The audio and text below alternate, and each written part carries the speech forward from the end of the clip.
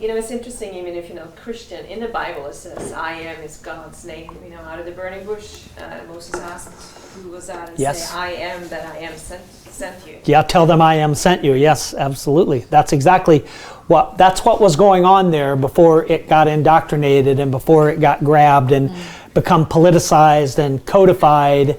All of those mystical elements were not brought into the New Testament, for instance. They've shown up in the apocryphal and Gnostic text that have been uncovered, but absolutely. And the I and the Father are one, right? Was a direct plunging into the Godhead, right?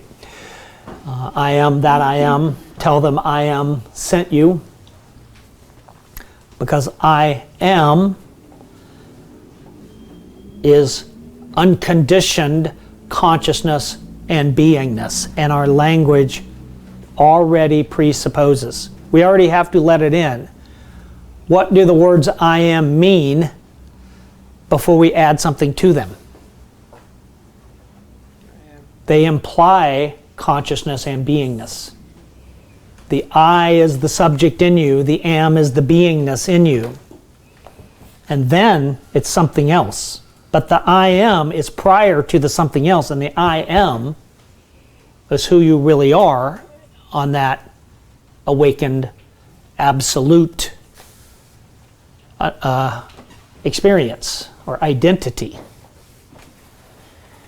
And then what gets added onto it is who we are in the relative world of space and time.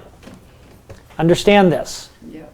But the I am is being sourced from the absolute, from God, from the Godhead, from pure conscious being before it is anything else. And then we add something else onto the pure conscious being, that is the Atman that is in us, indwelling, intersecting our very consciousness and beingness, being donated from the one conscious being. And then once we enter space and time, something gets added on to that that's relative or conditioned. I am a Mexican. I am a mother. I am a teacher. I am a student. I am a higher brain living facilitator.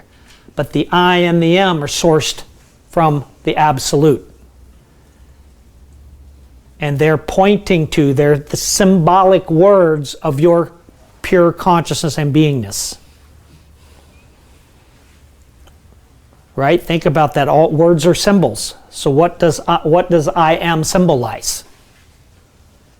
Before you put anything in the relative realm onto it.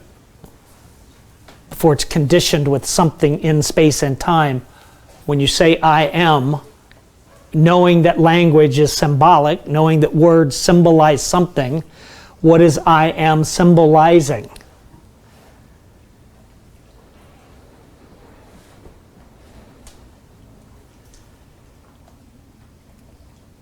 And when you know that, you're free.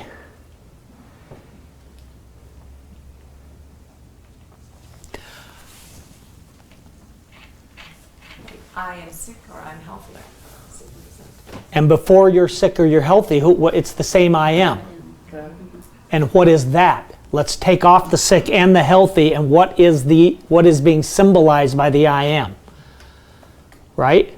Like we can talk about the healthy, we can talk about the sick. We know what that means in the relative world, but let's before that, before you said sick or healthy, what is the I am that you're referring to? Because that's the I am that's aware that it's sick or aware that it's healthy. But that which is aware of something cannot be that something. The I am isn't sick or healthy, it's aware of both. And we want to awaken the brain in a way that through these contemplative techniques, it can start to have that recognition of that which within it is unborn and undying. Because that frees you from the trials and tribulations of manifest existence and allows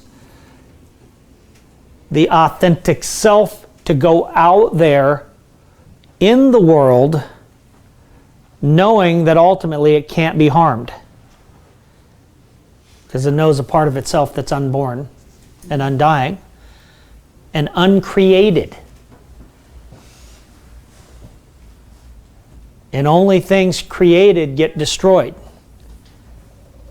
And it's unborn. And only things born ever die. And that creates a sense of, that's liberation, that's moksha.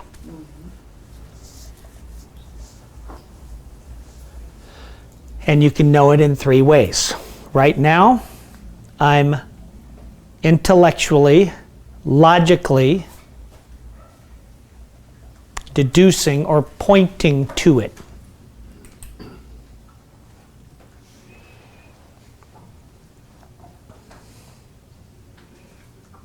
There's nothing logical about modern physics or modern cosmology's explanation.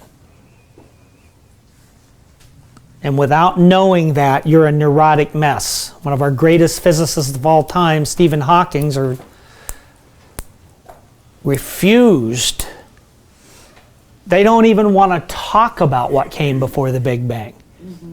Finally forced to, he said, well, he thinks the universe self-generated itself out of nothing. Yeah.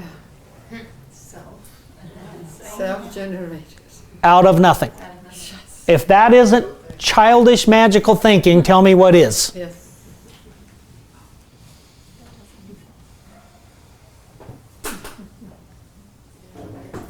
And so we can logically deduce that there's an uncaused cause.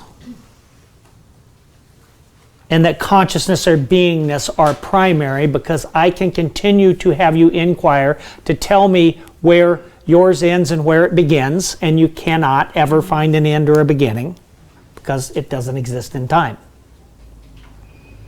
I can continue to ask me where the boundaries of your consciousness, of your I, of your subject, where is the edge of that, and you can never show me because it doesn't exist in space. Because space and time are part of one continuum, and the I am in you is transcendent to that. So we can logically point at it. And you can also intuit it, which creates a much stronger, you can have a deep intuitive sense in you that this is truth. Unshakable truth. And then, and this is where we ultimately want to head, either of those can change the whole direction of your life. If you just logically understand that there's something that's primary in you that's unborn and undying, that can change the whole direction of your life. And if you intuit it strong enough, it's going to change the whole direction of your life. And the third thing is directly experiencing it. And this is the claim of every one of the world's wisdom traditions and the claim that I am making, in that you can come into identity with it.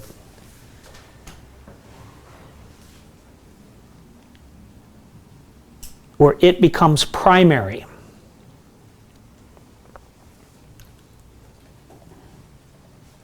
It being the knowing? What? It being the knowing? Being the I am.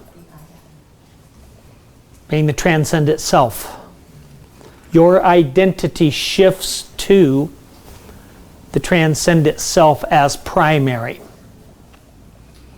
informing the evolving authentic self as it's on its journey in space-time.